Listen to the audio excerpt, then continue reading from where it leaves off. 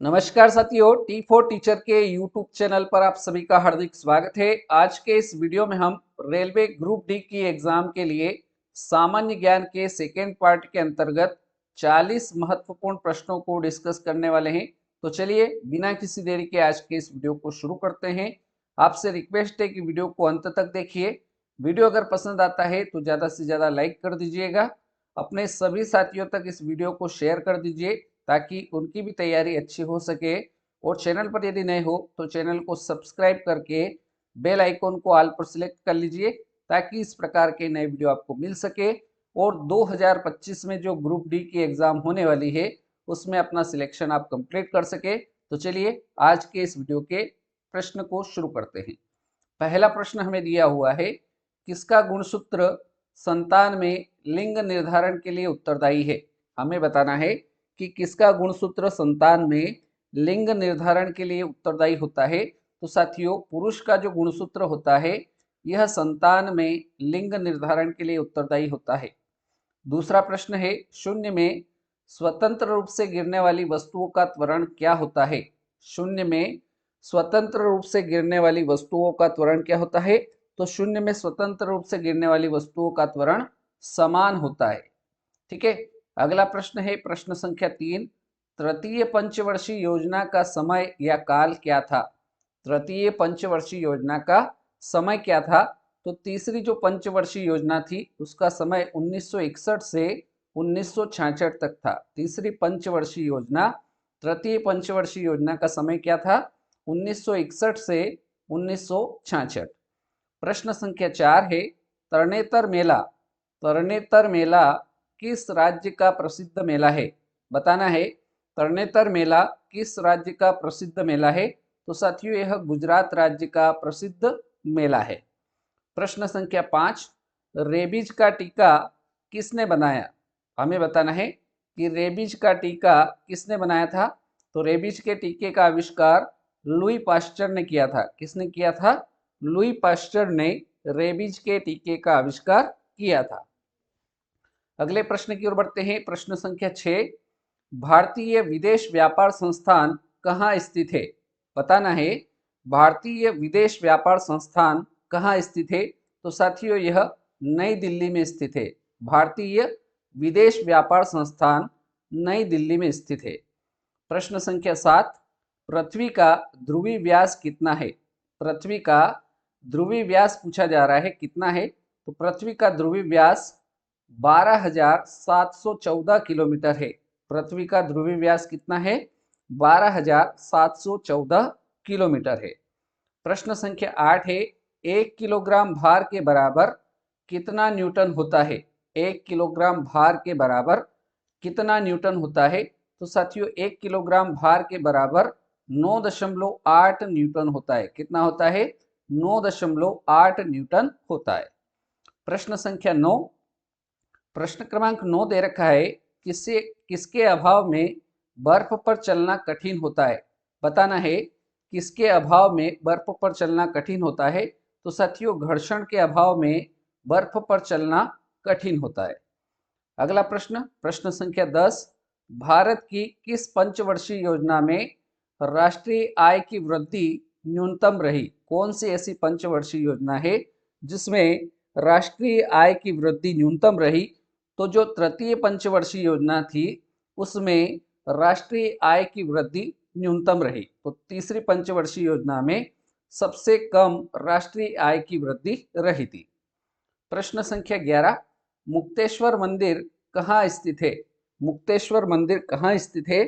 तो साथियों, मुक्तेश्वर मंदिर भुवनेश्वर में, याद रखना है। मुक्तेश्वर मंदिर कहाँ स्थित है।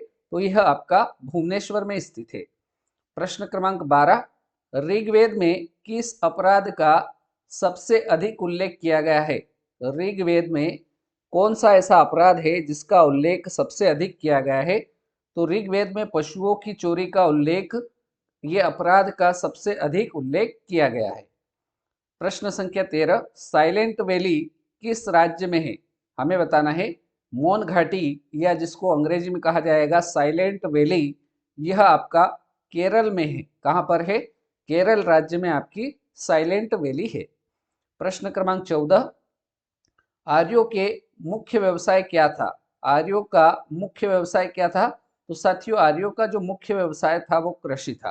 क्या था? आर्यों का मुख्य व्यवसाय कृषि था। अगला प्रश्न देखेंगे, महिलाओं की ओलंपिक में भागीदारी, महिलाओं की ओलंपिक में भागीदारी सबसे पहले किस वर्ष हुई?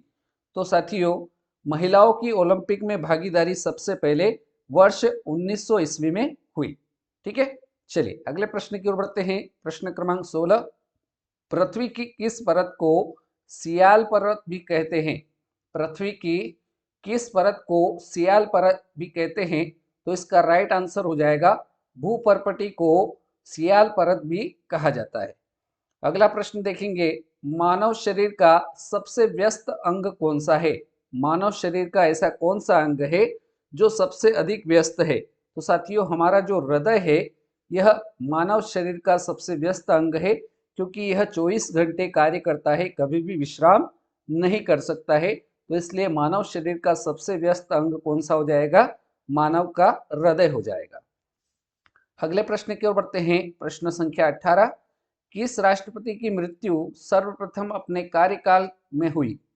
तो हमें बताना है कि कौन से ऐसे राष्ट्रपति रहे हैं जिनकी मृत्यु अपने कार्यकाल के दौरान हुई। तो उनका नाम है डॉक्टर जाकिर हुसैन। यह एक ऐसे राष्ट्रपति रहे हैं सर्वप्रथम जिनकी मृत्यु अपने कार्यकाल के दौरान हुई थी। अगला प्रश्न है, पुलकेशिन द्वितीय ने हर्षवर्धन को पराजित कर कौन सी उपाधि धारण की? पुलकेशिन द्वितीय ने हर्षवर्धन को पराजित करके कौन सी उपाधि धारण की थी? तो परमेश्वर की उपाधि धारण की थी, यह आपको याद रखना है। प्रश्न संख्या 20 की ओर बढ़ते हैं। बौद्धों का तांबो मठ किस राज्य में है? बौद्धों का तांबो मठ किस राज्य में है? तो यह आपका हिमाचल प्रदेश में है। बौद्धों का तांबो मठ किस राज्य में स्थित है? तो यह हिमाचल प्रदेश में है। प्रश्न संख्या 21, लोहे पर जंग लगना, लोहे पर जंग लगना किसका उदाहरण है? तो साथियों, लोहे पर जंग लगना यह किसका उदाहरण है? तो यह ऑक्सीकरण का उदाहरण है। लोहे पर जंग लगना किसका उदाहरण रहेगा? ऑक्सीकरण का उदाहरण रहेगा। प्रश्न संख्या 22, किस देश का राष्ट्रीय पशु कंगारू है? किस देश का राष्ट्रीय पशु जो है वो क्या है? कंगारू है। तो इसका राइट आंसर हो जाएगा, ऑस्ट्रेलिया का राष्ट्रीय पशु जो है वो कंगारू है। क्या होगा? ऑस्ट्रेलिया का राष्ट्रीय पशु क्या है? कंगारू है।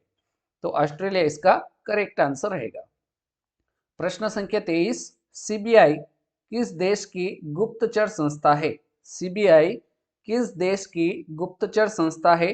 तो साथियों, यह भारत की गुप्तचर संस्था है सीबीआई। अगले प्रश्न की ओर बढ़ते हैं। प्रश्न संख्या 24, एक आदमी 5 किलोग्राम का एक सूटकेस पकड़े है, मतलब लेकर पकड़ के खड़ा है, उसके द्वारा किया गया कार्य क्या होगा? एक व्यक्ति है जिसके हाथ में 5 किलोग्राम का एक सूटकेस पकड़ा हुआ है, तो हमें बताना है कि उसके द्वारा किया गया कार्य क्या होगा। तो साथियों, उसके द्वारा किया गया कार्य क्या होगा? शून्य होगा, क्योंकि केवल उसने पकड़ के रखा हुआ है, कोई भी कार्य यहाँ पर नहीं हो रहा है। अगले प्रश्न की ओर बढ़ते हैं। प्रश्न संख्या 25, विश्व का सबसे ऊंचा पठार कौन सा है? राइट आंसर इसका क्या होगा? जल्दी से बता सकते हैं आप कमेंट के माध्यम से भी। तो साथियों, हमारा प्रश्न जो है वो प्रश्न है, विश्व का सबसे ऊंचा पठार कौन सा है? तो इसका करेक्ट आंसर होगा तिब्बत का पठार जो है यह विश्व का सबसे ऊंचा पठार है। कौन सा? तिब्बत का पठार। अगले प्रश्न को देखते हैं। पृथ्वी का कोर किस रूप में है? तो पृथ्वी का जो कोर है यह पिघला द्रव्य के रूप में है। पृथ्वी का कोर किस रूप में है? तो पिघले हुए द्रव्य के रूप में पृथ्वी का कोर है। अगले प्रश्न को देखते हैं। ऋग्वेद में दस्यु शब्द किसके लिए प्रयुक्त है? क्या कहा है प्रश्न में? ऋग्वेद में दस्यु शब्द किसके लिए प्रयुक्त है? तो ऋग्वेद के अंदर दस्यु शब्द आया है, यह अनार्यों के लिए प्रयुक्त किया गया है। प्रश्न संख्या 28, कोटोपेक्सी पर्वत किस देश में स्थित है? कोटोपेक्सी पर्वत किस देश में स्थित है? तो यह इक्वेडोर में स्थित है। कहां पर है कोटोपेक्सी पर्वत? इक्वेडोर में स्थित है। अगला प्रश्न है 29, एक कोशिकीय जीवों का अध्ययन सर्वप्रथम किस वैज्ञानिक ने किया? एक कोशिकीय जीवों का अध्ययन सर्वप्रथम किस वैज्ञानिक ने किया था? तो ये किया था ल्यूवेनहॉक ने। सबसे पहले एक कोशिकीय जीवों का अध्ययन किसने किया था? ल्यूवेनहॉक ने किया था। आगे बढ़ते हैं प्रश्न संख्या 30 की ओर। कार या बस में ब्रेक लगाने के लिए कौन उत्तरदायी है? कार में या बस में जब ब्रेक लगाया जाता है तो बस या कार जो होती है रुक जाती है, किसके कारण से? तो उसमें घर्षण होता है, इस कारण से ब्रेक लगाने के लिए कौन उत्तरदायी होगा? तो घर्षण इसका करेक्ट आंसर रहेगा। प्रश्न संख्या 31। भारत में पहली कृषि जनगणना किस वित्तीय वर्ष में हुई? भारत में पहली कृषि जनगणना किस वर्ष में हुई थी? तो वर्ष 1970-71 में भारत में पहली कृषि जनगणना हुई थी। प्रश्न संख्या 32। ग्रीन पीस इंटरनेशनल का मुख्यालय कहाँ स्थित है? ग्रीन पीस इंटरनेशनल का मुख्यालय एम्स्टर्डम में है। कहाँ पर है? एम्स्टर्डम में है। क्या है? ग्रीन पीस इंटरनेशनल का मुख्यालय एम्स्टर्डम में। प्रश्न संख्या 33। प्रवासी भारतीय दिवस कब मनाया जाता है? हमें बताना है प्रवासी भारतीय दिवस कब मनाया जाता है। तो साथियों, प्रतिवर्ष 9 जनवरी को प्रवासी भारतीय दिवस मनाया जाता है। अगले प्रश्न की ओर बढ़ते हैं। प्रश्न संख्या 34। कौन सहायक संधि को स्वीकार करने वाला पहला भारतीय राजा था? सहायक संधि को स्वीकार करने वाला पहला भारतीय राजा कौन था? तो हैदराबाद का जो निजाम था वो सहायक संधि को स्वीकार करने वाला पहला भारतीय राजा था। प्रश्न संख्या 35। 1665 ईस्वी में जो पुरंदर की संधि हुई थी वो किनके मध्य में हुई थी? 1665 ईस्वी में पुरंदर की जो संधि हुई थी वो किनके बीच में हुई थी? तो राजा जय सिंह और शिवाजी के बीच में। 1665 में पुरंदर की संधि किसके बीच में हुई थी? राजा जय सिंह और छत्रपति शिवाजी के मध्य में पुरंदर संधि हुई थी। प्रश्न संख्या 36। पृथ्वी की किस परत का निर्माण सिलिका एवं एल्यूमिनियम से हुआ है? बताना है पृथ्वी की किस परत का निर्माण सिलिका एवं एल्यूमिनियम से हुआ है। तो साथियों, इसका राइट आंसर हो जाएगा भूपर्पटी का निर्माण सिलिका एवं एल्यूमिनियम से हुआ है। प्रश्न संख्या 37 है। क्रोमोसोम की संरचना में कौन कौन भाग लेते हैं? क्रोमोसोम की संरचना में कौन कौन भाग लेते हैं? तो साथियों, क्रोमोसोम की संरचना में डीएनए एवं प्रोटीन भाग लेते हैं। 38 नंबर प्रश्न है। अनुच्छेद 17 किस विषय से संबंधित है? अनुच्छेद 17 का संबंध किस विषय से है? तो अनुच्छेद 17 जो है यह किस विषय से संबंधित है? अस्पृश्यता का अंत इस विषय से इसका संबंध है। प्रश्न संख्या 39 है। जब दो इलेक्ट्रॉन एक ही कक्षा में होते हैं तो उनमें क्या पाया जाता है? जब दो इलेक्ट्रॉन एक ही कक्षा में होते हैं तो उनमें विपरीत चक्रण पाया जाता है। तो साथियों, आज के इस वीडियो का हमारा अंतिम प्रश्न है। मंत्रिमंडल की बैठक की अध्यक्षता कौन करता है? मंत्रिमंडल की जो बैठक होती है उसकी अध्यक्षता कौन करता है? तो इसका राइट आंसर हो जाएगा मंत्रिमंडल की बैठक की अध्यक्षता प्रधानमंत्री करते हैं। तो इसका राइट आंसर प्रधानमंत्री हो जाएगा। तो इस प्रकार से साथियों, आज के इस वीडियो में हमने सामान्य ज्ञान रेलवे ग्रुप डी से संबंधित 40 महत्वपूर्ण प्रश्नों को आज के इस वीडियो में हमने डिस्कस किया। उम्मीद करता हूँ ये वीडियो आपको पसंद आया होगा। वीडियो अगर पसंद आया हो तो लाइक करिए, शेयर करिए अपने सभी साथियों तक। चैनल पर नए हो तो चैनल को सब्सक्राइब कर लीजिए। आपने इस वीडियो को अंत तक देखा उसके लिए बहुत बहुत धन्यवाद। अगले वीडियो में मिलते हैं ऐसे ही नए प्रश्नों के साथ। तब तक के लिए जय हिंद, जय भारत,